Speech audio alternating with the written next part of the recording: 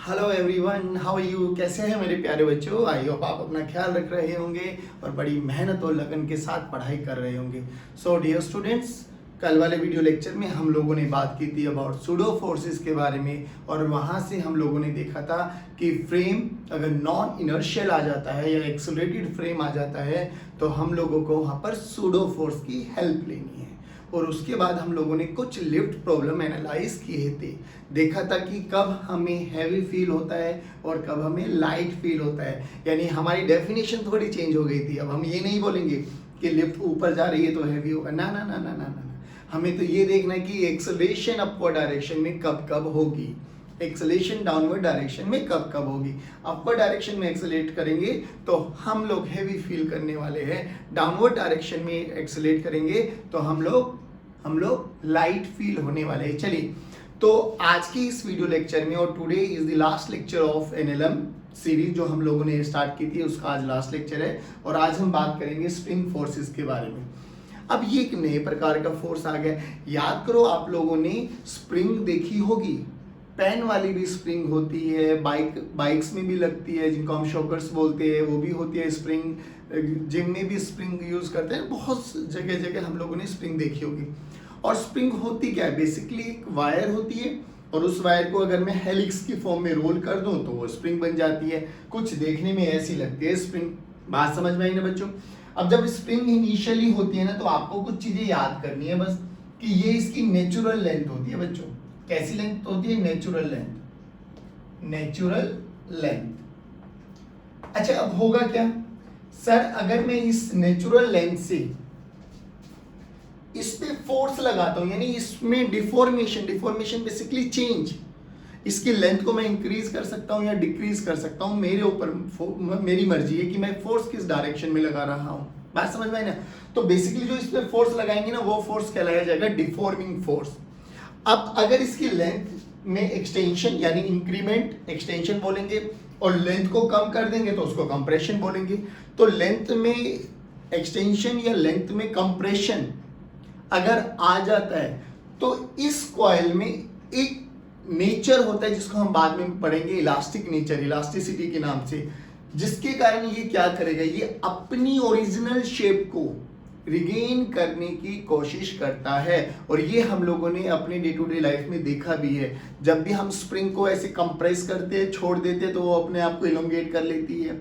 हम उसको थोड़ा सा लंबा करते हैं, इलोंगेशन करते हैं, फिर छोड़ देते तो वो अपने आप को कंप्रेस कर लेती है। यानी at the end of the day वो अपनी नेचुरल लेंथ में आती है। लेकिन कंडीशन है कि हमें जो ये डिफॉर्मिंग फोर्स है, ये इसकी इलास्टिक लिमिट के तहत ही लगाना पड़ेगा। अगर हम लोगों ने उससे ज़्यादा इसको खींच दिया तो ये वायर की शेप ले लेती है। याद करो, होता है ना, कई बारी हमें गुस्सा आता है, हम स्प्रिंग को खींच देते हैं, वो एक लंबा सा वायर हो जाता है। तो बेसिकली है क्या? तो स्प्रिंग बेसिकली है क्या? कॉइल्ड और प्लास्टिक वायर रोल्ड और mould in the form of helix. ये वाली शेप को हम हेलिक्स बोलते हैं। बात समझ में आई बच्चों? अब देखिए, इस पे हम बात करेंगे डिफॉर्मिंग फोर्स की। डिफॉर्मिंग फोर्स लगाने से हम क्या करेंगे? या तो स्प्रिंग की लेंथ को बढ़ा देंगे, यानी उसकी नेचुरल लेंथ से लेंथ बढ़ जाएगी, या उसकी नेचुरल लेंथ से लेंथ कम हो जाएगी। यानी हमारे पास दो केसेस होने वाले बच्चों, L dash is greater than L N, यानी नेचुरल लेंथ से एल डैश कोई भी नई लेंथ बड़ी हो गई तो इसका मतलब क्या होगा? उसमें एक्सटेंशन आ गई है, एक्सटेंशन आ जाएगी। ठीक है ना बच्चों? और सेकंड बात क्या करेंगे, अगर एल डैश एल एन से छोटा हो गया यानी उसमें कंप्रेशन हो गया। ठीक है ना? अब देखेंगे इसमें, यानी जब हम कभी इस स्प्रिंग पे फोर्स लगाएंगे, इसको एलोंगेट करने की कोशिश करेंगे, तो क्या करना पड़ेगा? आपको एक फोर्स इधर लगाना पड़ेगा, एक फोर्स इधर लगाना पड़ेगा। बच्चे ध्यान से देखना, दोनों एंड पर हमें एक फोर्स लगाना पड़ेगा, दोनों एंड पर। अब जब दोनों एंड पे फोर्स लगाएंगे तो क्या होगा sir? It is quite obvious कि ये अपनी नेचुरल लेंथ से थोड़ा सा बड़ा हो जाएगा, कुछ ऐसा हो जाएगा। ठीक है ना? लो जी, ये हुई हमारी एल डैश। ठीक है ना? इलोंगेशन इसको बोलते हैं। क्या बोलते हैं? इलोंगेशन। अच्छा सोचो, अगर मैं यहां से जो ये डिफॉर्मिंग फोर्स है, now this F is known as your deforming force.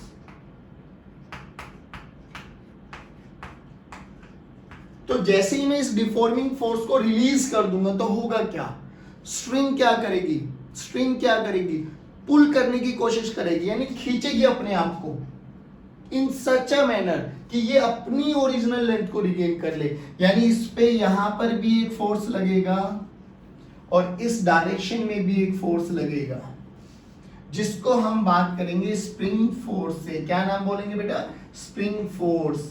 पहली बात तो ध्यान रखें, स्प्रिंग फोर्स दोनों ही एंड के अक्रॉस लगने वाला है, सेम लगने वाला है।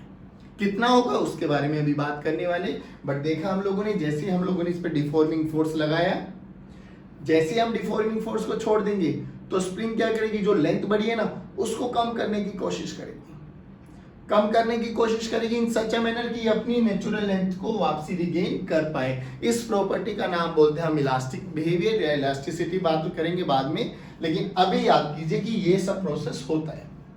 ठीक है, अब सोचिए अगर मैं इसको डिफॉर्म करूं तो, सर डिफॉर्म करेंगे तो क्या होगा, वही मान लेते ये हमारे पास नेचुरल लेंथ है स्प्रिंग की, ठीक है। अब इधर हम लोगों ने एक डिफॉर्मिंग फोर्स लगाया, इधर भी हम लोगों ने एक डिफॉर्मिंग फोर्स लगाया, ऐसे दबा दिया हम लोगों ने इसको। अब दबाया तो क्या होगा सर, क्या होगा, क्या ये अपनी नेचुरल लेंथ से कम लेंथ में आ जाएगी, ठीक है ना ये। अब जैसे हम यहां से ये डिफॉर्मिंग फोर्स हटा देंगे तो क्या होगा, अब ये इसको पुश करने की कोशिश करेगी एफएस से।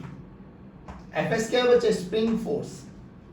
किसके कारण आया है, इलास्टिसिटी के कारण से। इलास्टिसिटी क्या है कि मटेरियल की अपनी खुद की प्रॉपर्टी है कि जैसे ही उस पे डिफॉर्मिंग फोर्स रिलीज कर देंगे वो अपनी ओरिजिनल शेप को रिगेन करने की कोशिश करेगी, तो कर रही है ही, रिगेन करेगी करेगी करेगी और करते करते ये अपनी इसी शेप में वापसी आ जाएगी। बात समझ में, पक्का पक्का।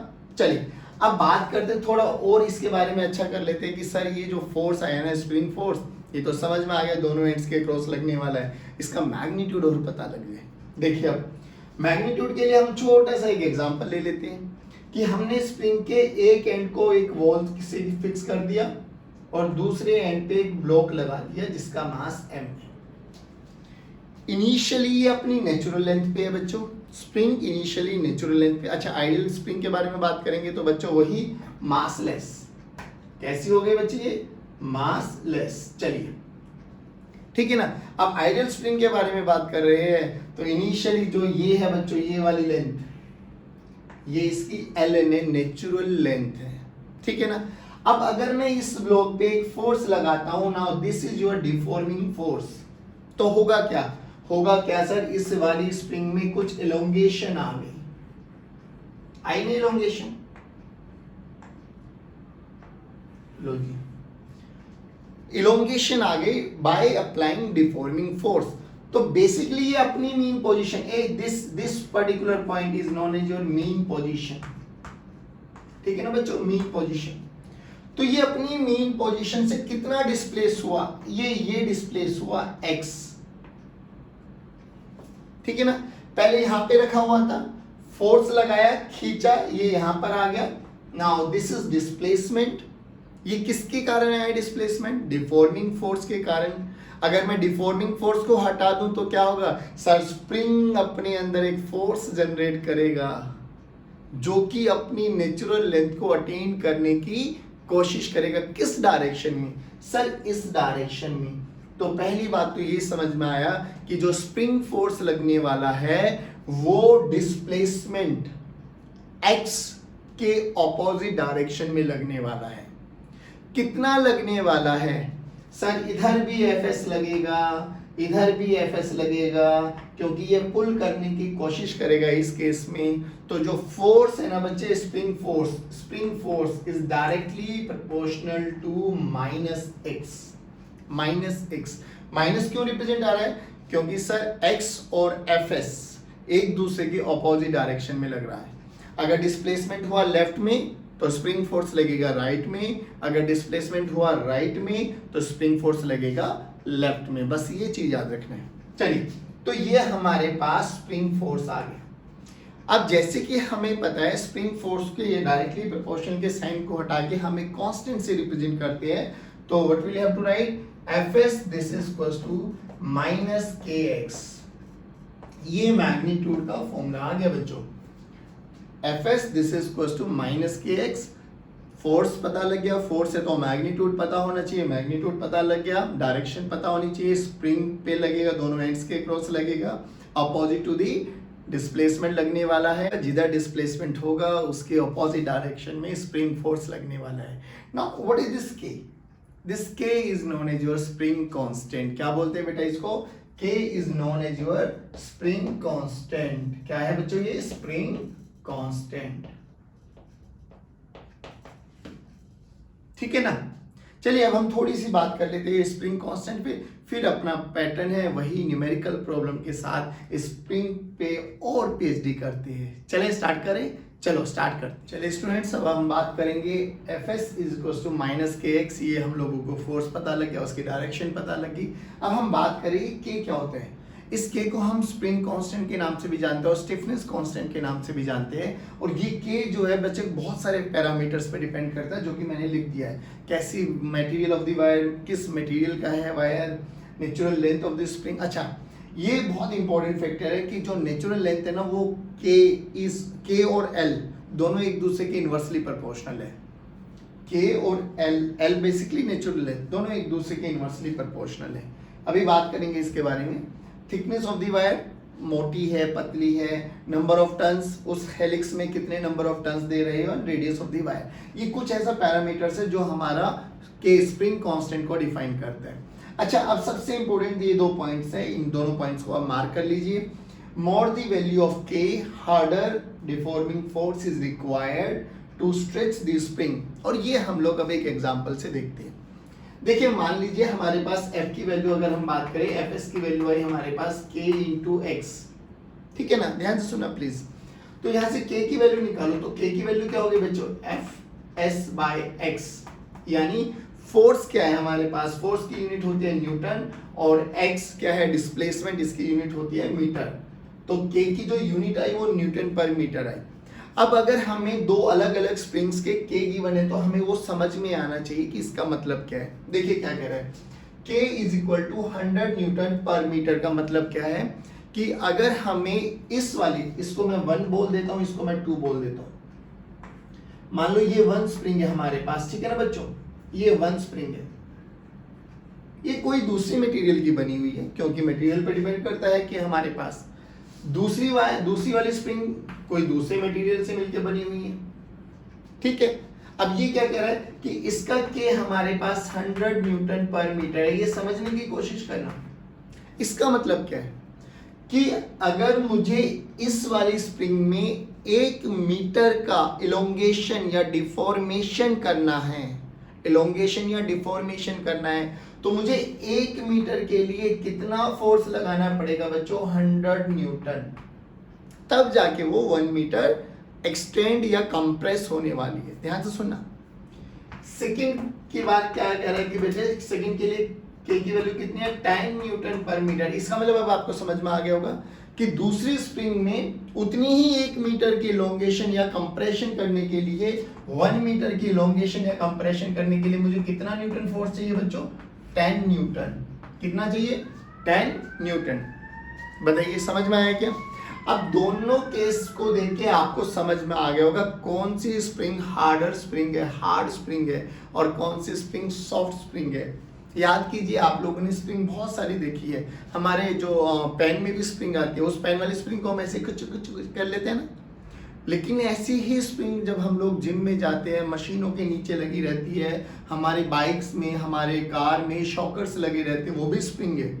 लेकिन उस पर हम खड़े भी हो जाते हैं, बैठ भी जाते हैं, तो भी उसमें कोई भी डिफॉर्मेशन नहीं आता, यानी वो हार्डर स्प्रिंग है ना। और ये कैसी स्प्रिंग है? ये सॉफ्ट स्प्रिंग हम बोल सकते हैं। और ये कैसी स्प्रिंग है? ये हार्ड स्प्रिंग है। ठीक है ना। अब देखिए वही लिखा है, मोर द वैल्यू ऑफ के, जितनी के की वैल्यू ज्यादा होती चली जाएगी उतना ही ज्यादा डिफॉर्मिंग फोर्स आपको चाहिए उसको स्ट्रेच करने में या कंप्रेस करने में। पहली बात। सेकंड पॉइंट क्या कह रहा है कि अगर स्प्रिंग इक्विलिब्रियम कंडीशन में है, हमने वो लोगों ने क्या किया, हम लोगों ने कोई भी स्प्रिंग ली बच्चे, ये हमारे पास स्प्रिंग है, ये अभी अपनी नेचुरल लेंथ पर है, ठीक है ना, नेचुरल लेंथ पर है। अब हमने क्या किया, इसी स्प्रिंग में जो कि इनिशियली नेचुरल लेंथ पे की, मैंने एक मास लगा दिया, लेट्स से 5 किलोग्राम। तो जैसे ही 5 किलोग्राम का मास लगाया और मैंने इसको रिलीज कर दिया, तो क्या होगा बच्चों, क्या होगा जल्दी बताइए सर। ये 5G से नीचे जाएगा, इलोंगेट हो जाएगा, होगा ना इलोंगेशन, ये लो ये कुछ ऐसा बन गया, इलोंगेशन हो गया ना। अब जैसे वो इलोंगेट करेगा क्या होगा, कुछ टाइम के बाद वो इक्विलिब्रियम कंडीशन पे आ जाएगा। तो अब ये सिस्टम इक्विलिब्रियम कंडीशन पे आ गया, आगे ना इक्विलिब्रियम कंडीशन पे वही कह रहा है कि spring in equilibrium measures the external force which is equal to spring force. पहली बात तो याद रखो, स्प्रिंग हमेशा स्प्रिंग फोर्स को ही मेजर करने वाली है। अगर इक्विलिब्रियम कंडीशन पे आ गया तो जो उस पे एक्सटर्नल फोर्स लग रहा है ना, वही उसका स्प्रिंग फोर्स होगा। सर ये बात समझ में नहीं आई, देखिए न्यूमेरिकल से कैसे समझ में आती है। अब एक्सटर्नल फोर्स बताइए कौन है, एक्सटर्नल फोर्स क्या है, स्प्रिंग फोर्स, ये जो m/g लग रहा है सर, mg एक्सटर्नल फोर्स हुआ ना, तो mg कितना लग रहा है बेटा, 5 यानी 5g यानी 50 नीचे लग रहा है 50 न्यूटन, और इक्विलिब्रियम में है पूरा सिस्टम, तो ऊपर कितना लगेगा बेटा 50 न्यूटन ही सर लगेगा। और ये 50 न्यूटन क्या कहलाया जाएगा बच्चा, स्प्रिंग फोर्स। क्या कहलाया जाएगा, स्प्रिंग फोर्स। यानी इक्विलिब्रियम पे होगा ना तो स्प्रिंग फोर्स एक्सटर्नल फोर्स जो भी होगा ना वो दोनों बराबर होंगे। तो मैं लिख सकता हूं in equilibrium F external is equal to F spring. बोलो ये कहानी समझ में आई, जल्दी बताइए। अच्छा ये कहानी अगर मुझे समझ में आ गई, अब मुझसे कई बार पूछा जाता है कि कैलकुलेट दी डिस्प्लेसमेंट, कितना इलोंगेट हुआ है। अब इलोंगेशन के लिए मान लो k की वैल्यू हमें दे दी 10 न्यूटन पर मीटर, कितना दे दिया बच्चों 10 न्यूटन पर मीटर, ठीक है। तो हमें k तो x से तो निकालना है, तो x की वैल्यू क्या आ जाएगी, x की वैल्यू आ जाएगी सर f/k। x की वैल्यू कितनी आ गई बच्चों, f/k। f कितना है सर 50 न्यूटन, चलिए सर f की वैल्यू कितनी आ गई बच्चों 50 न्यूटन। k की वैल्यू कितनी की मैंने बच्चों 10 Newton per metre, 10 Newton per metre. लो जी 10 ने 50 को 5 पे मारा, न्यूटन ने न्यूटन को मारा, तो x की वैल्यू कितनी आ गई बच्चों 5 मीटर। यानी ये अपनी नेचुरल लेंथ से जब हम लोगों ने इस पे 5 किलोग्राम का मास लगाया तो ये इलोंगेट हुई 5 मीटर और फिर इक्विलिब्रियम कंडीशन पर आ गई। तो ये कितनी लेंथ आ गई बच्चों हमारे पास 5 मीटर, ये इलोंगेशन आ गया। बहुत बेसिक सा कॉन्सेप्ट है, टेंशन लेने की बिल्कुल भी आवश्यकता नहीं। एक बार रिकैप करते हैं। स्प्रिंग बेसिकली क्या करती है कि एक वायर है या कॉइल है जो कि हेलिक्स की फॉर्म में होती है। जब हम स्प्रिंग पे फोर्स लगाते हैं तो स्प्रिंग पे जो फोर्स लगाते हैं उसका नाम हम लोगों ने डिफॉर्मिंग फोर्स रखा। डिफॉर्मिंग जैसे ही नाम सजेस्ट कर रहा है बच्चे कि उसकी शेप को डिफॉर्म कर दी उसने, या तो इलोंगेट कर देगा या कंप्रेस कर देगा। लेकिन हमने ये देखा है कि उसमें एक बिहेवियर, एक प्रॉपर्टी आ जाती है जिसको हम बात बोलते हैं इलास्टिक प्रॉपर्टी।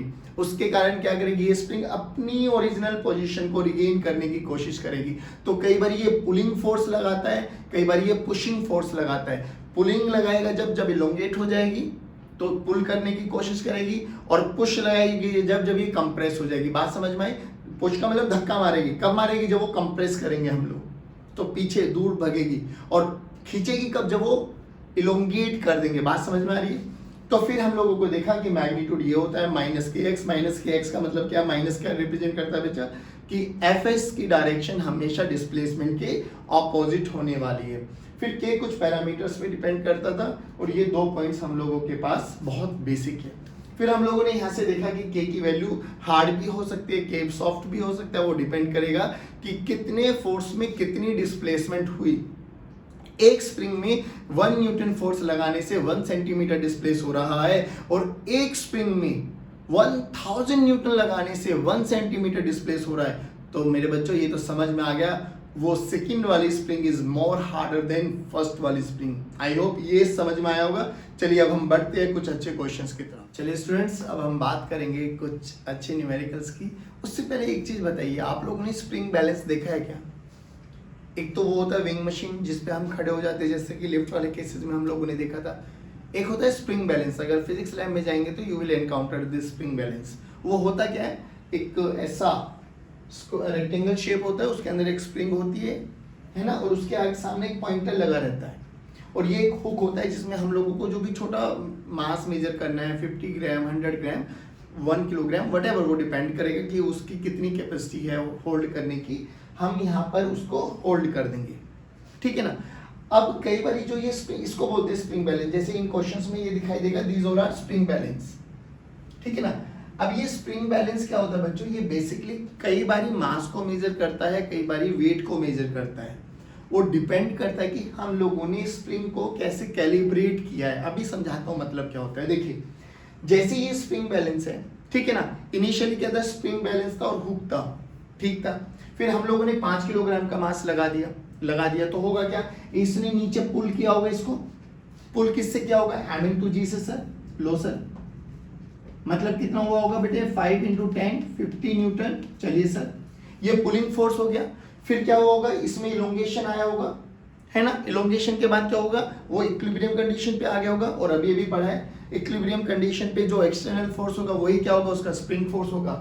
यानी अगर मैं इसको यहां पर बनाऊं, देखना ध्यान से देखना बच्चों, ये स्प्रिंग बैलेंस था इनिशियली, और इसमें कुछ इलोंगेशन हो गया ऐसा, ठीक है, ये इलोंगेट हो गया।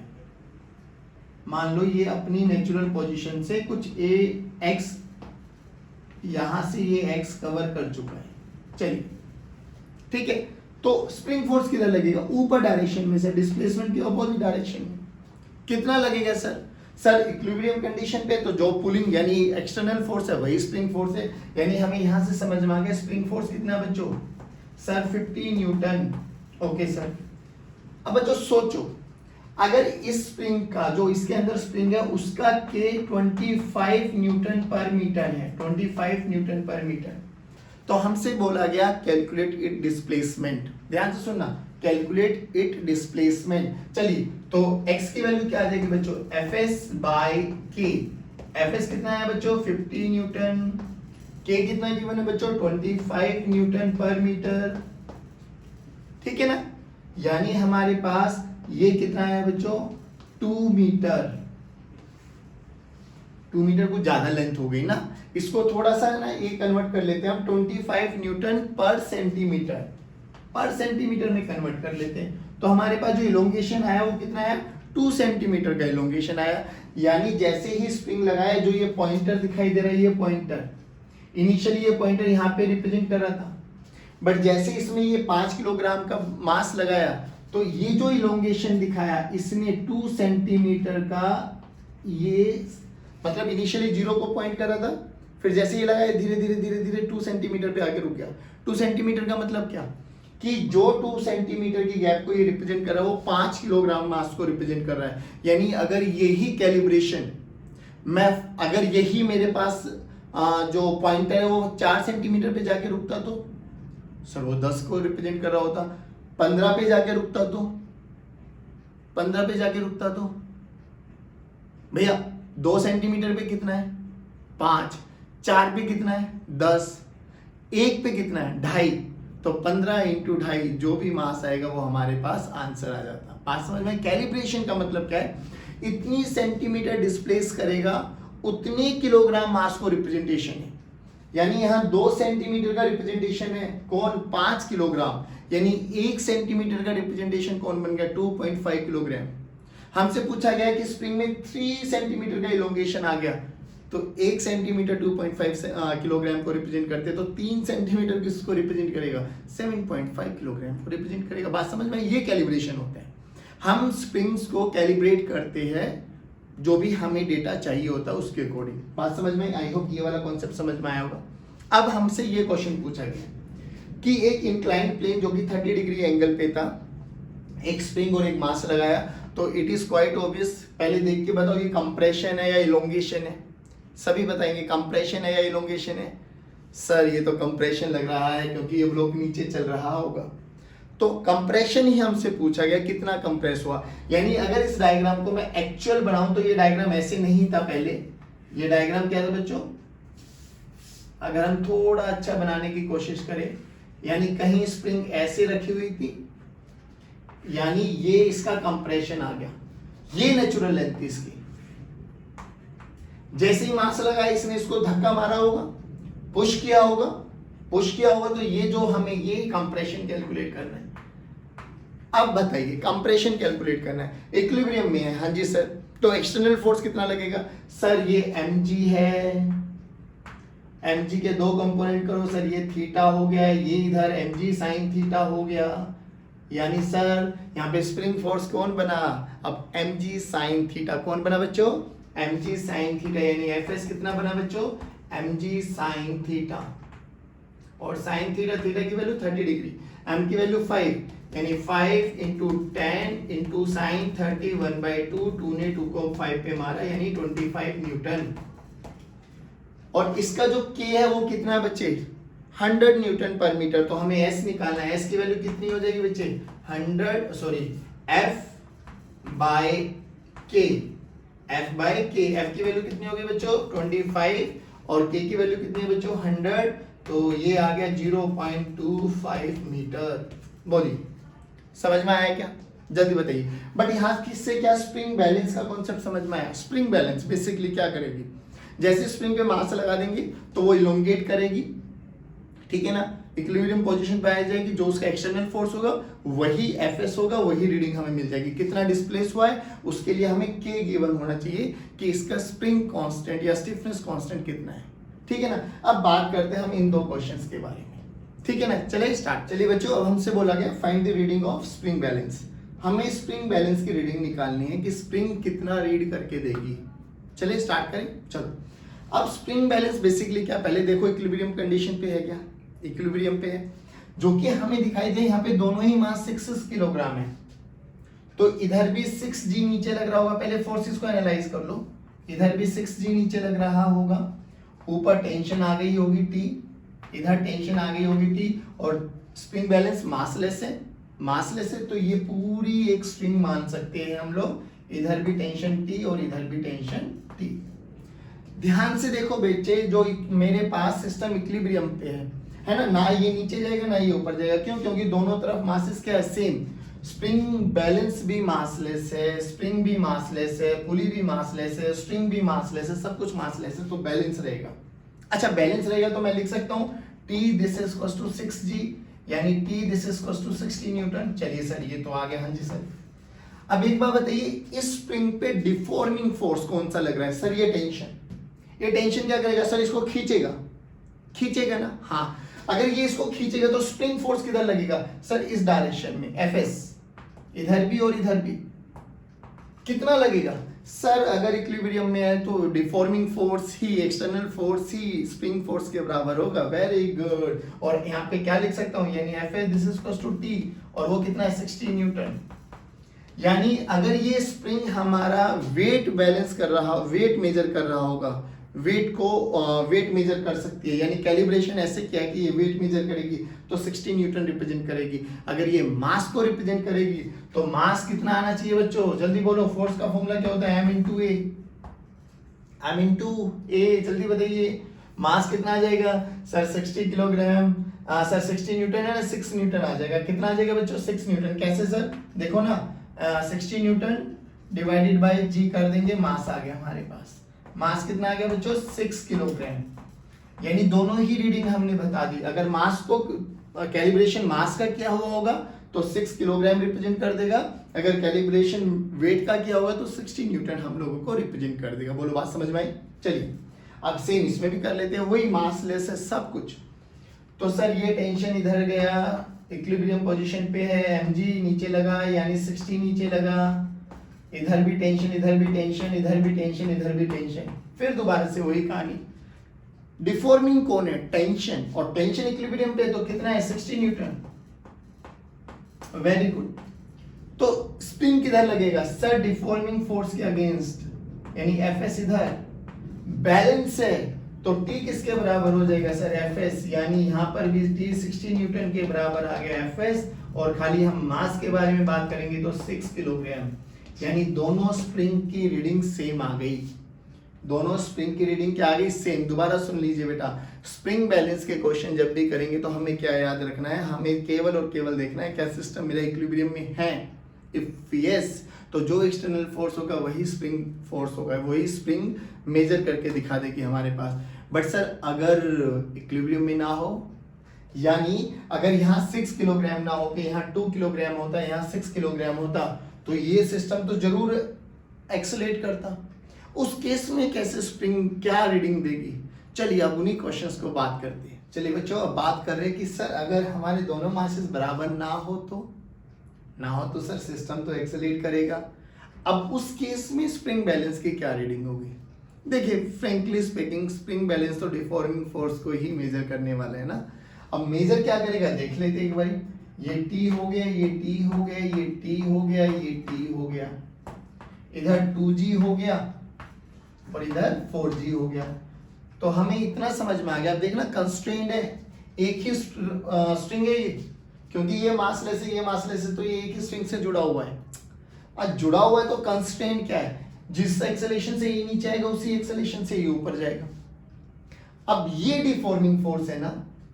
अब डिफॉर्मिंग फोर्स मेजर करना है, यानी we have to calculate tension. अब टेंशन कैसे निकालेंगे सर? ऐसे तो बहुत क्वेश्चन देखे हम लोगों ने। ये नीचे ए से एक्सेलेरेशन से मान लेते हैं, ये ऊपर ए एक्सेलेरेशन से मान लेते हैं। अरे भैया किया हुआ है ये क्वेश्चन हम लोगों ने, अब बस स्प्रिंग बैलेंस ही तो लगा दिया। याद करो ना, कंस्ट्रेंट है, एक ही रस्सी से बंधा हुआ है तो एक्सेलेरेशन सेम रहने वाली है। ओके चलिए 4G नीचे आएगा -t, this is equal to 4 into a, equation number 1। दो वेरिएबल दो इक्वेशन चाहिए, दैट्स इट। t ऊपर जाएगा -2G, this is equal to 2 into a। ऐसे करना चाहते हो ऐसे कर लो, वरना एक्सेलरेशन निकालने का शॉर्टकट मेथड है line of action, line of motion. देखिए तो लाइन ऑफ मोशन ये है, लाइन ऑफ मोशन के अलोंग जो एक्सटर्नल फोर्स लग रहा है उसको ड्राइविंग फोर्स बोलते हैं, याद है? चलिए तो एक्सेलरेशन डायरेक्ट भी निकाल लेते हैं, ऐसे निकालना जो ऐसे भी निकाल लेना, आंसर दोनों से सेम आएगा। तो this is line of motion. Line of motion के तहत 4G नीचे लग रहा है, यानी 4G। ये अपोजिट लाइन ऑफ मोशन ऊपर है, 2G नीचे है, -2G divided by total mass of the system 4 + 2 6। That's it, direct आ गया आंसर। कितना है बेटा? 2G/6 यानी G/3। Low acceleration of the system आ गई G/3। अच्छा acceleration of the system G/3 आ गया।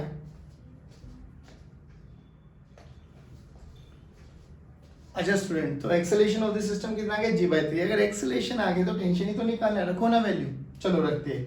तो T इधर चला गया 4G - 4A, this is equal to T, और 4G - 4 into G/3 यानी 4G/3, this is equal to T।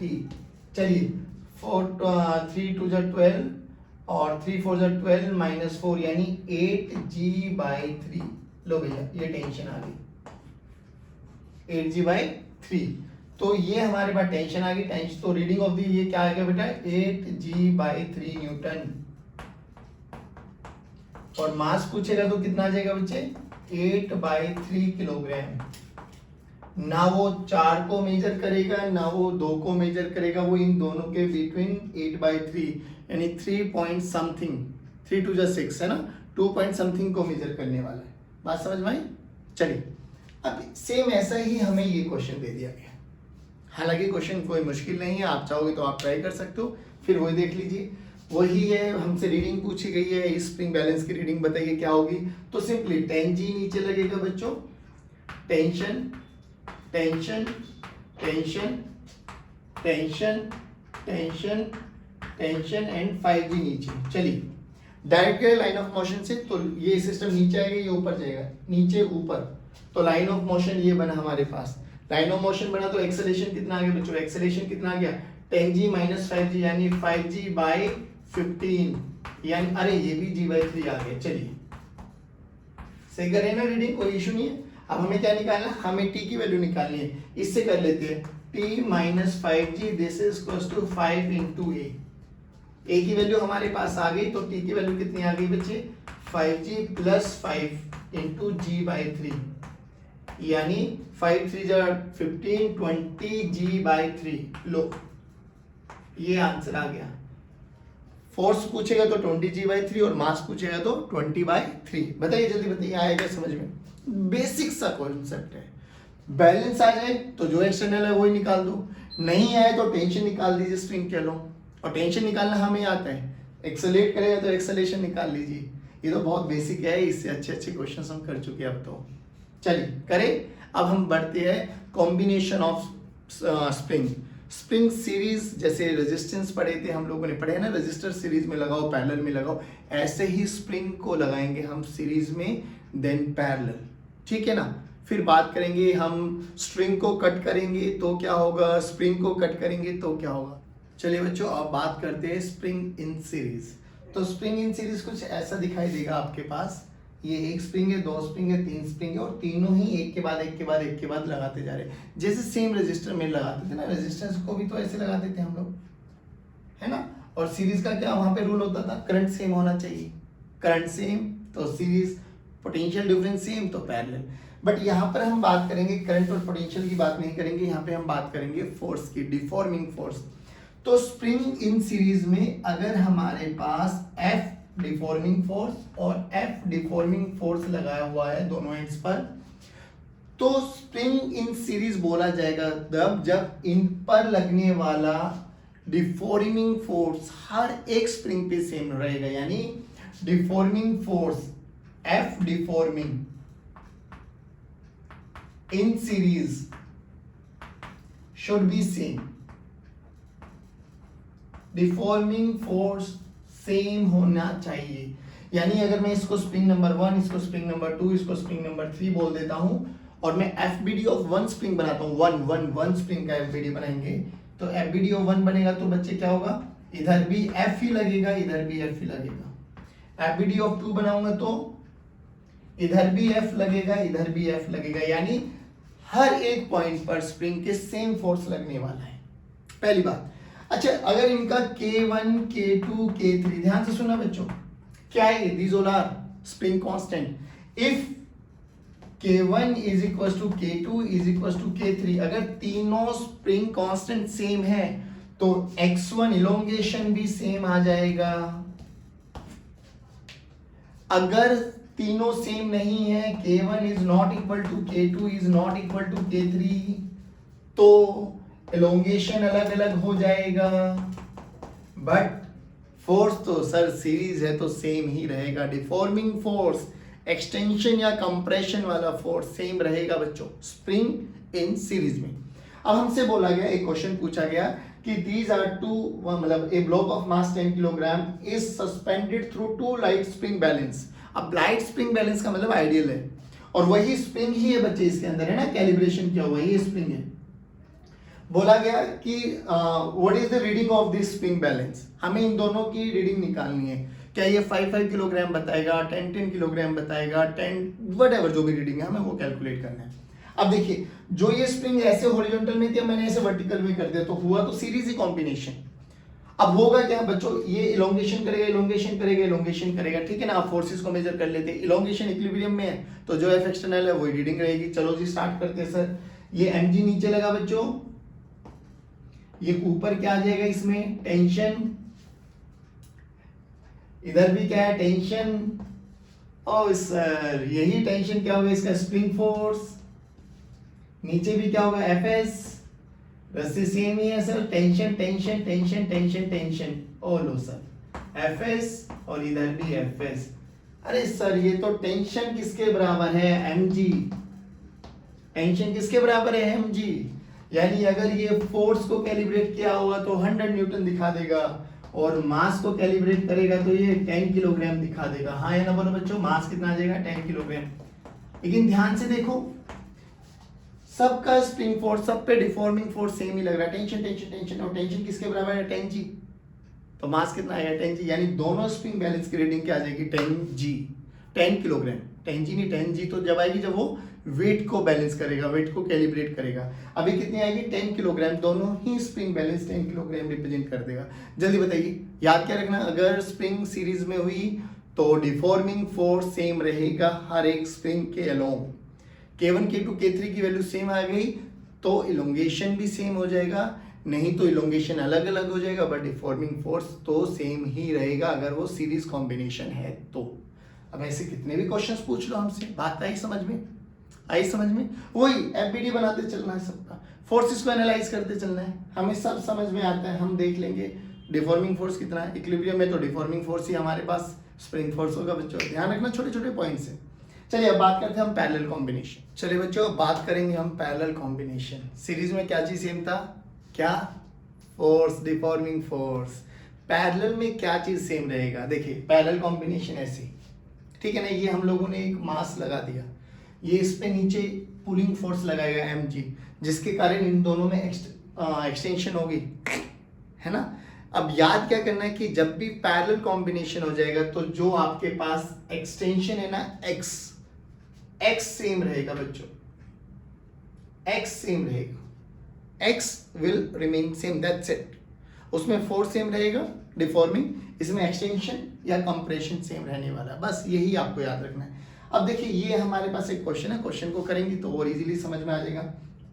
हमसे बोला गया ये K1 की वैल्यू दे दी है, K2 की वैल्यू दे दी है, ये एक मास है 10 किलोग्राम का दे दिया है, कह रहे कि find reading in spring balance, हमें दोनों स्प्रिंग बैलेंस की रीडिंग मेजर करनी है। चलो तो अब हम क्या करें, तो हमें पता लगा दोनों पैरेलल कॉम्बिनेशन है सर, बिल्कुल सही बोला। अब पैरेलल कॉम्बिनेशन है तो क्या होगा बच्चों, सर दोनों में इलोंगेशन सेम हो जाएगी, यानी ये इनकी नेचुरल लेंथ मान लेते हैं पहले, ठीक है ना। नेचुरल लेंथ के बाद ये इनकी इलोंगेशन हो गई, ये भी x नीचे आया और ये भी x नीचे आया, और ये कौन है बच्चों 10 किलोग्राम, 10 किलोग्राम नीचे है तो ये कितना लगेगा बच्चों 10g। अच्छा डिस्प्लेसमेंट नीचे है, डिस्प्लेसमेंट किधर है नीचे, तो स्प्रिंग बैलेंस किधर लगेगा, स्प्रिंग फोर्स Fs ऊपर, इधर भी Fs, इसको Fs1 बोल लो, इसको Fs2 बोल लो। अब Fs1 कितना है, Fs1 कितना है सर, Fs1 हुआ है सर K1 into x, क्योंकि K1 spring balance spring constant given है। Fs2 कितना है बेटा, Fs2 आया सर K2 into x, क्योंकि पैरेलल कॉम्बिनेशन है डिस्प्लेसमेंट तो सेम रहेगा। क्यों ना मैं 10 किलोग्राम का FBD बनाऊं, क्योंकि 10 kilogram is at rest equilibrium में आ गया, तो ऊपर लगा Fs1 यानी K1x, इधर भी लगा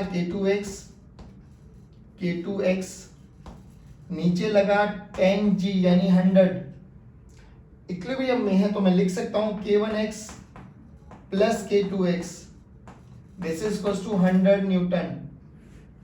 K1 की वैल्यू कितनी है बच्चे 3, K2 की वैल्यू कितनी है 5, तो 3x प्लस 5x यानी 8x, this is equals to 100, यानी x this is equals to 100 by 8, यानी दिस 22 4 जा 8 50, यानी 25 by 2 यानी 12.5 मीटर, 12.5 मीटर आ गया। अब यही आपके पास एक्सटर्नल फोर्स है सर, यही रीडिंग हो जाएगी। तो रीडिंग ऑफ इसकी बैलेंस वन की बात करें हम, स्प्रिंग वन की रीडिंग कितनी हो जाएगी, K1 into x, K1 कितना है बच्चों 3 और x कितना है बच्चों 12.5, यानी ये कितना है बच्चे 3 5 जा 15 1 3 36 1 37.5, और दूसरा कितना है S2 कितना है बच्चों, S2 आया सर हमारे पास 5 into 12.5, 5 5 जा 25 65.5।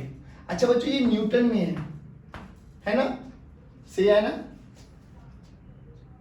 नहीं 62.5, ठीक है ना, हाँ ये न्यूटन में आया हमारे पास। अब न्यूटन में आया हमारे, तो मास मेजर करेगा तो 10 से डिवाइड कर दो, तो ये आया 3.75 किलोग्राम, और ये कितना दिखाएगा बच्चे 6.25 किलोग्राम, ऐड करके देखो 10 ही आएगा, ठीक है ना। यहां से एक चीज और समझ में आ गई हमें कि जिसका K ज्यादा है ना, ग्रेटर K रीडिंग भी उसी की ज्यादा होगी। देखिए दोनों में K1 K2 में किसकी रीडिंग ज्यादा थी, 5 किलोग्राम वाले 5 न्यूटन पर मीटर, यानी कि सेकंड वाले की, तो सेकंड वाली ने मास भी ज्यादा मेजर किया, तो ये पॉइंट भी याद रख लेंगे। अगर कई बार मल्टीपल चॉइस क्वेश्चन आ जाए, दिमाग ना काम करे, तो इतना तो समझ में आ जाएगा जिसकी K की वैल्यू ज्यादा उसका मास ज्यादा होने वाला है।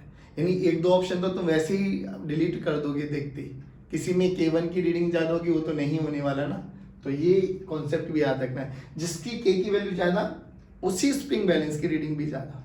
हाँ टोटल मेजर करेगी 10 किलोग्राम, ऐसा नहीं कि आंसर ऐड करके 25 चला गया, ये भी नहीं होना चाहिए। बात समझ में आया? आई होप ये सीरीज और पैरेलल कॉम्बिनेशन समझ में आया। बिल्कुल बेसिक था बच्चों, भाई याद क्या करना है, सीरीज में फोर्स और पैरेलल में डिस्प्लेसमेंट इलोंगेशन सेम रहेगा बस। फिर अपना एफबीडी बनाते हुए हम लोगों को सोल्व करना है, सोल्व करते हुए जो भी आंसर आएगा that will be your final answer. चलिए अब हम बात करते हैं स्प्रिंग के बेस पे बहुत अच्छा न्यूमेरिकल। उस न्यूमेरिकल को देखकर आपके ना सारे कॉन्सेप्ट एनालाइज हो जाएंगे।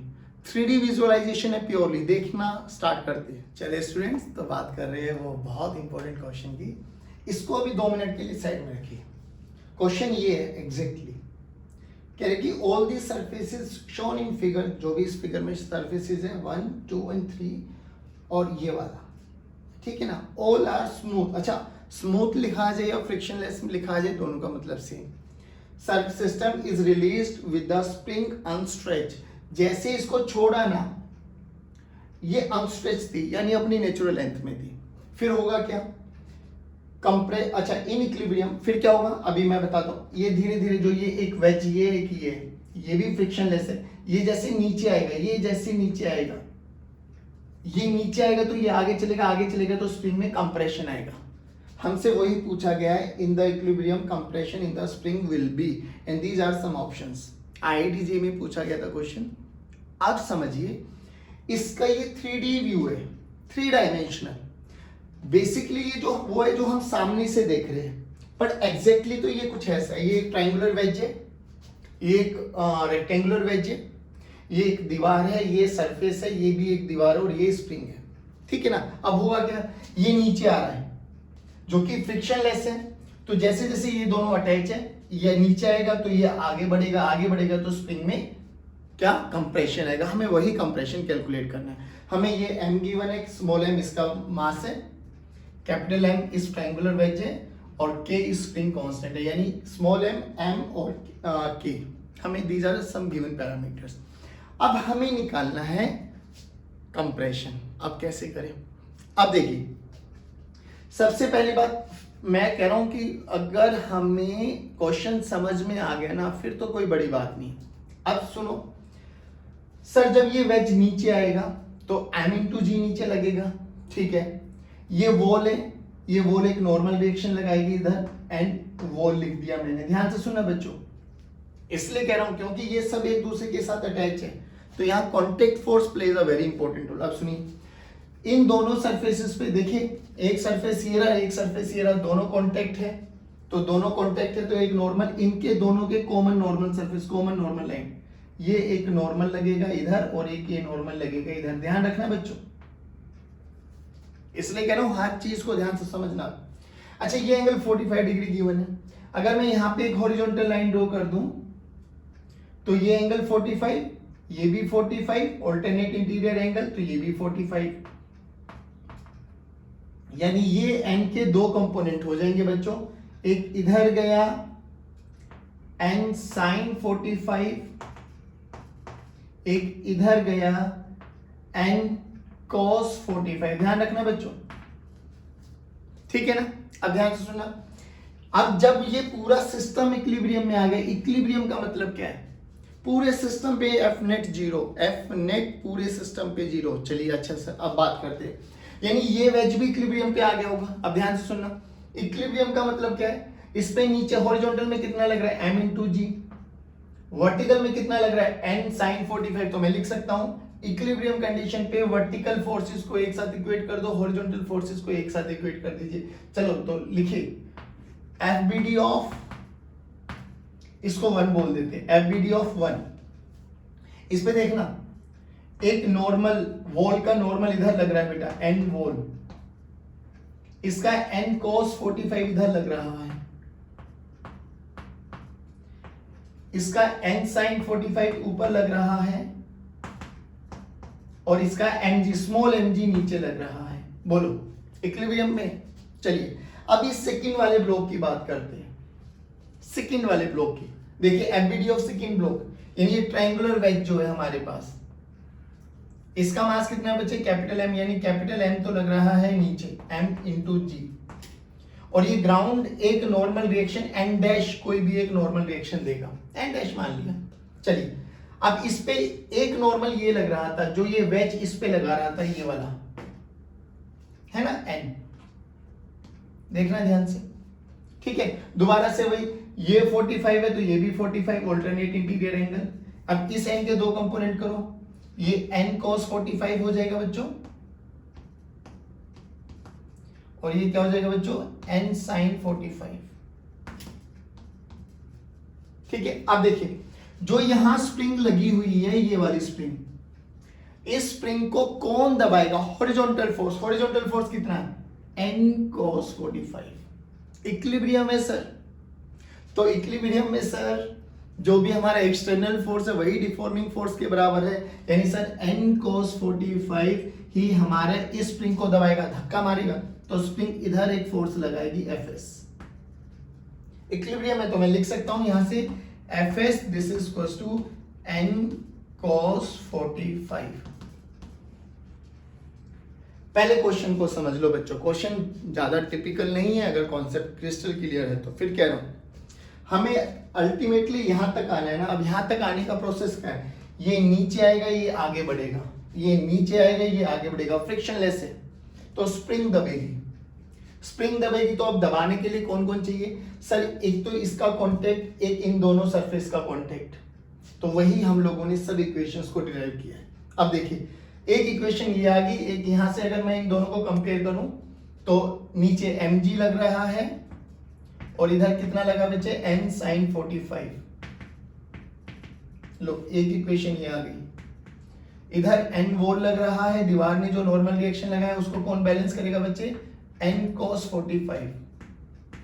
क्योंकि ये तो हमें समझ में आता है बच्चे, ये इस दीवार को पार करके नहीं जाएगा, स्प्रिंग इसको पार करके नहीं जाएगा, सिस्टम तो इसी कन्फाइंड रीजन में रहने वाला है। हाँ, ये आगे पीछे जरूर एडजस्ट करेंगे, वही हमसे पूछा गया। चलिए एक ये आ गया। अच्छा, एक इसकी बनाना चाहिए तो इसकी भी बना लो, n डैश ऊपर लग रहा है, n sin 45 नीचे लग रहा है, कैपिटल M इंटू जी बी, n डैश बैलेंस है, n dash this is equals to n sin 45, n sin 45 plus capital M g. लो जी, एक इक्वेशन ये आ गई।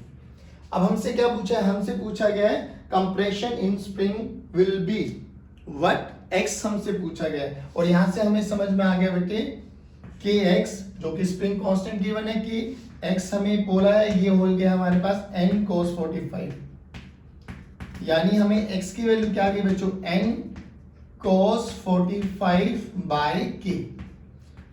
अब अगर हमें n की वैल्यू पता लग जाए तो हमारा काम हो जाए। अब n हमें ये वाला n चाहिए बच्चों, ये वाला n ध्यान रखना। अब ये वाला n कहां से निकाले, यहां से देखिए n की वैल्यू क्या आ गई बच्चे, n this is equals to mg sin 45। चलो भैया mg sin 45, चलो पुट कर दीजिए यहाँ पे। x की वैल्यू देखो कितनी आ गई बच्चे, n की वैल्यू है mg by sin 45, mg by sin 45 into cos 45 divided by k, ठीक है ना। अब देखिए ऑप्शंस हमारे पास ही है, स्मॉल mg ये तो होगा नहीं बिल्कुल भी, क्योंकि हमारे आंसर में m प्लस m की तो कोई टर्म आ ही नहीं रही है, या तो ये होगा या ये होगा या ये होगा, तो एक तो वैसे ही कट हो गया। अब ये होगा नहीं क्योंकि √2 देखिए, cos 45 भी 1/√2 होता है, sin 45 भी 1/√2 होता है, यानी √2 ऊपर एक √2 नीचे, तो ये अच्छा एक नहीं, ऐसे नहीं करना है, तो sin 45 बाई cos 45, tan 45 या cot 45 1 ही होता है, तो ये वाली वैल्यू 1 हो गई, तो डायरेक्ट आंसर देखिए कितना आ गया, mg by k। D option is correct option. मैं कह रहा हूँ बहुत सुंदर क्वेश्चन है, बहुत मजेदार क्वेश्चन है, बट फिर कह रहा हूँ उसी बच्चे के लिए जिसके कॉन्सेप्ट बहुत क्रिस्टल क्लियर है। स्प्रिंग फोर्सेस आ गया है समझ में, क्वेश्चन देख लिए है। अब हम बात करेंगे कि अगर हम स्प्रिंग को बीच में से काट दे तो क्या होगा, स्ट्रिंग को बीच में से काट दे तो क्या होगा, 2-3 केसेस और करते हैं, फिर स्प्रिंग फोर्स अभी के लिए जितनी हमें जरूरत है वो खत्म करते हैं। चलिए देखिए बच्चों, अब जो हम बात करने वाले बहुत ही सुंदर, बहुत ही ब्यूटीफुल कॉन्सेप्ट है, समझने की कोशिश करना, बड़ा इंटरेस्टिंग है। बोला गया कि this system is in equilibrium. अच्छा, इक्विलिब्रियम में तो हमारा दिमाग दौड़ गया कि ऊपर लगने वाला force must be equals to नीचे लगने वाले फोर्स, सबको हम इक्वेट कर सकते हैं। अब स्प्रिंग है तो स्प्रिंग का फोर्स भी हमें आता है, स्ट्रिंग है तो स्ट्रिंग में टेंशन भी हमें आती है। याद रखना ये दोनों ही चीज़ों का कॉम्बिनेशन है। अब हमसे बोला गया कि अगर मैं इस स्ट्रिंग को कट कर दूं, कट कर दूं, लो, तो बोला गया system is in equilibrium, find acceleration of this system, यानी 2 किलोग्राम एंड 4 किलोग्राम की हमें एक्सेलरेशन कैलकुलेट करनी है जस्ट आफ्टर द कट। और हमने काटा किसको है, किसको काटा है, स्ट्रिंग को, ध्यान रखना। अच्छा बिफोर कटिंग देखते हैं एक बार, कट करने से पहले क्या सिचुएशन थी। तो बिफोर कटिंग अगर हम बात करें, बिफोर कट इक्विलिब्रियम में सिस्टम इक्विलिब्रियम में तो इनिशियल एक्सेलरेशन तो 0 हो गई सर, ये तो हमें समझ में आया भैया बहुत अच्छे से। चलिए अब थोड़ा सा इस डायग्राम को एनालाइज कर लेते हैं, सभी बच्चे मेरे साथ साथ रिपीट करेंगे। लो जी देखो इक्विलिब्रियम में बच्चों, इक्विलिब्रियम में है तो 4G नीचे लगा, यही स्प्रिंग फोर्स आ जाएगा 4G, यही स्प्रिंग फोर्स दोनों एंड्स पे जनरेट होता है, ध्यान रखना। तो ये 4S क्या है, 4G क्या है, FS।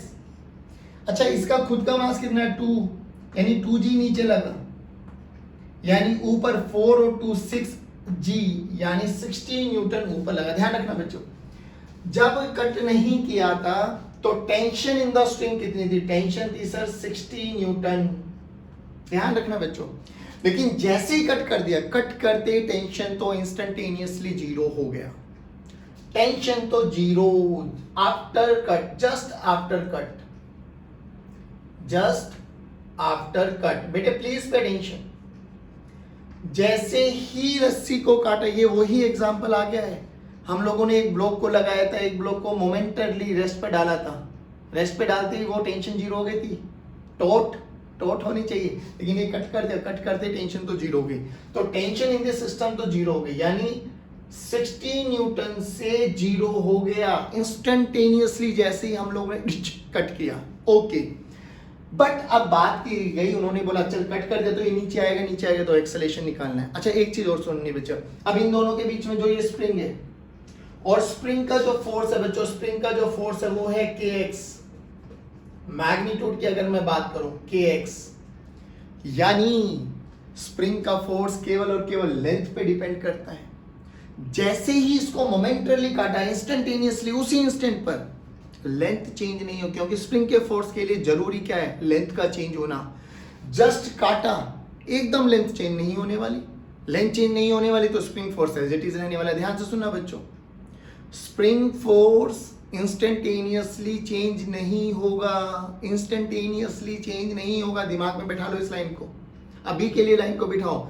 Spring force instantaneously change नहीं होगा अगर हम स्ट्रिंग को कट कर रहे हैं। किसको कट कर रहे हैं, स्ट्रिंग, हाँ स्ट्रिंग को कट किया तो स्प्रिंग के फोर्स में इंस्टेंटेनियसली कोई चेंज नहीं होगा, हमें जस्ट उसी इंस्टेंट पे एक्सेलरेशन निकालना है। तो निकालते हैं, अब देखना इसका एफबीडी बनाओ, इसका एफबीडी बनाओ। नीचे कितना लग रहा है 4G, ऊपर कितना लग रहा है 4G, एक्सेलरेशन कितना है 0, अरे वाह। इसका कितना है 4G का, तो FBD of 4G, FBD of 4G, 4G का FBD बनाओ। नीचे कितना लग रहा है 4G, ऊपर कितना लग रहा है स्प्रिंग फोर्स में चेंज नहीं होगा और स्प्रिंग फोर्स भी कितना है 4G। तो एक्सेलरेशन क्या होती है बेटा, F नेट बाय M, लेकिन F नेट तो इस केस में कितना बना 0 बाय M, यानी एक्सेलरेशन ऑफ 4 किलोग्राम इज 0। चलिए जी अब बात करते हैं कि एफबीडी ऑफ 2 किलोग्राम बने, 2 किलोग्राम ये रहा, 2 किलोग्राम पे देखिए 4G भी नीचे लग रहा है, 2G भी नीचे लग रहा है, यानी ये 6G से नीचे आएगा। Very good, FBD of 2 kilogram लगाइए बच्चों, तो कितना आया बच्चों 6G बना, 6G डिवाइडेड बाय 2, एक्सेलरेशन आ गया फोर्स बाय M यानी 3G, यानी 30 मीटर पर सेकंड स्क्वायर। लो आ गया। याद क्या रखना है कि जैसे ही स्ट्रिंग को कट किया टेंशन तो इंस्टेंटेनियसली 0, लेकिन उसी इंस्टेंट पर स्प्रिंग फोर्स भी 0 नहीं होगा, क्योंकि कंडीशन क्या है स्प्रिंग फोर्स को कम होने के लिए, लेंथ का वेरी, और उसी इंस्टेंट लेंथ चेंज नहीं होगी। ध्यान रखना बच्चों, अगर स्ट्रिंग को कट करेंगे और स्प्रिंग के साथ 2 ब्लॉक अटैच है तो स्प्रिंग फोर्स इंस्टेंटेनियसली चेंज नहीं होगा, उस टाइम पर स्प्रिंग वाले फोर्स में कोई भी चेंज नहीं आएगा, लेकिन टेंशन ऑटोमेटिकली देखा पहले कितना था 60 से, कट करते ही 0 हो गया। आए समझ में क्या याद क्या रखना है, यहां से एक लाइन याद रखनी है कि अगर स्प्रिंग को काटे तो स्प्रिंग का फोर्स उस इंस्टेंट पर चेंज नहीं होगा, क्योंकि चेंज होने के लिए क्या जरूरी है, लेंथ का चेंज होना, और उस इंस्टेंट पे लेंथ चेंज नहीं होगी। जल्दी आया समझ में? चलो अगर सर स्प्रिंग को ही काट दे तो, हाँ तो देखते हैं ना। चलो बच्चों वही सेम क्वेश्चन कि सिस्टम इज इन इक्विलिब्रियम। अब हम स्प्रिंग को कट करेंगे, ठीक है ना, स्प्रिंग को कट करेंगे, बट वही बिफोर कटिंग देख लेते हैं एक बार क्या सिनेरियो बन रहा है।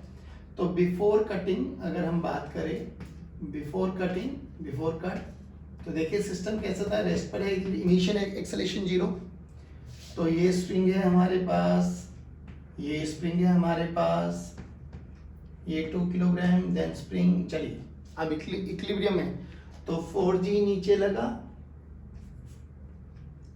टेंशन उतना ही ऊपर लगेगा 4G, इधर भी 4G टेंशन लगा, लेकिन इसका खुद का 2G नीचे लगेगा बच्चों, तो 2 4 6G ऊपर स्प्रिंग फोर्स लगा, स्प्रिंग फोर्स इधर भी 6G लगेगा, लेकिन इसका G नीचे लगा, तो ऊपर टेंशन आ गई 7G।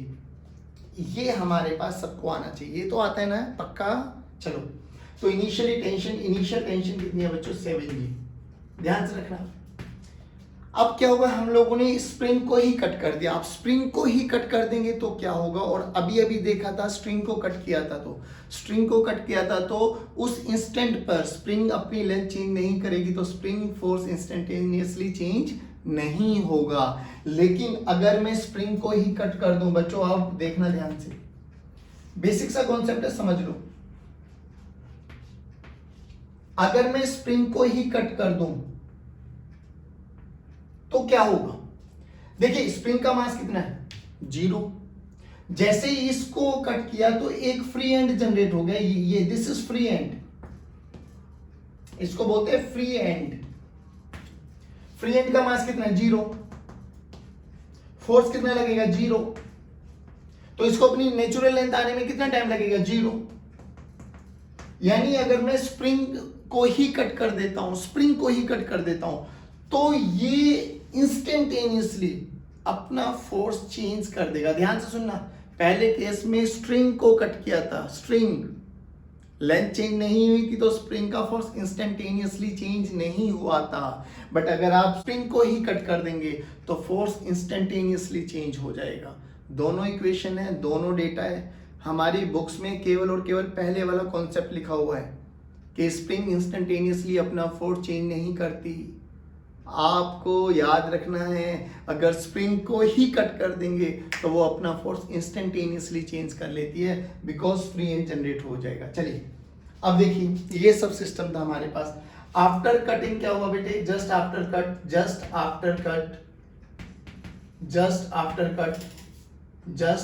कट, चलो कट कर दिया।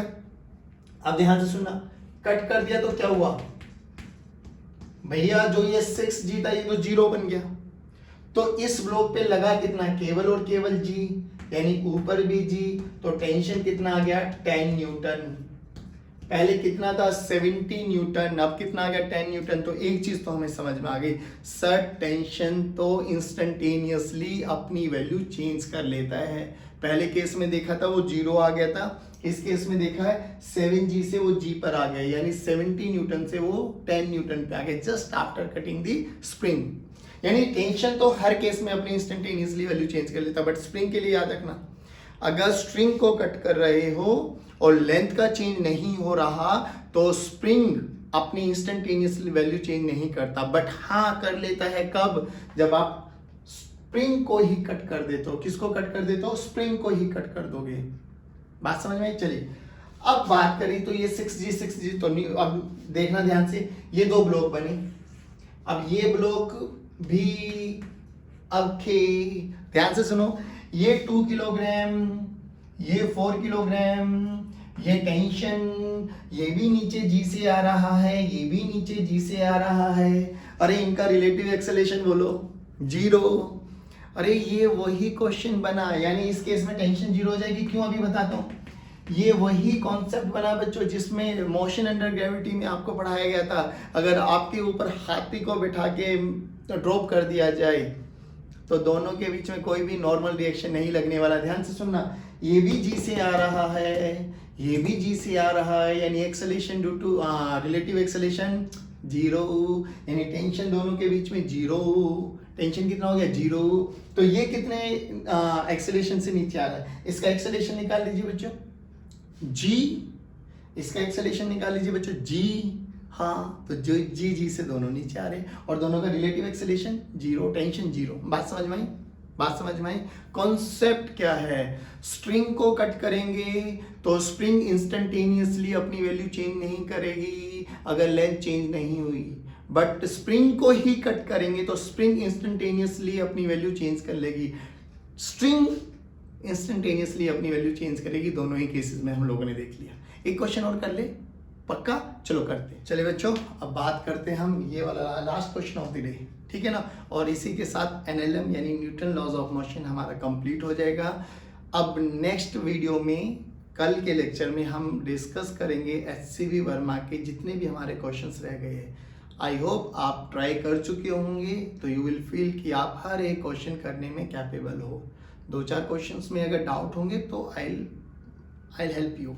चलिए बात करें कि ये वही सिस्टम है, फिर दोबारा बोला गया कि कट करें। अब किसको कट करें? स्ट्रिंग को कट करके देखते हैं।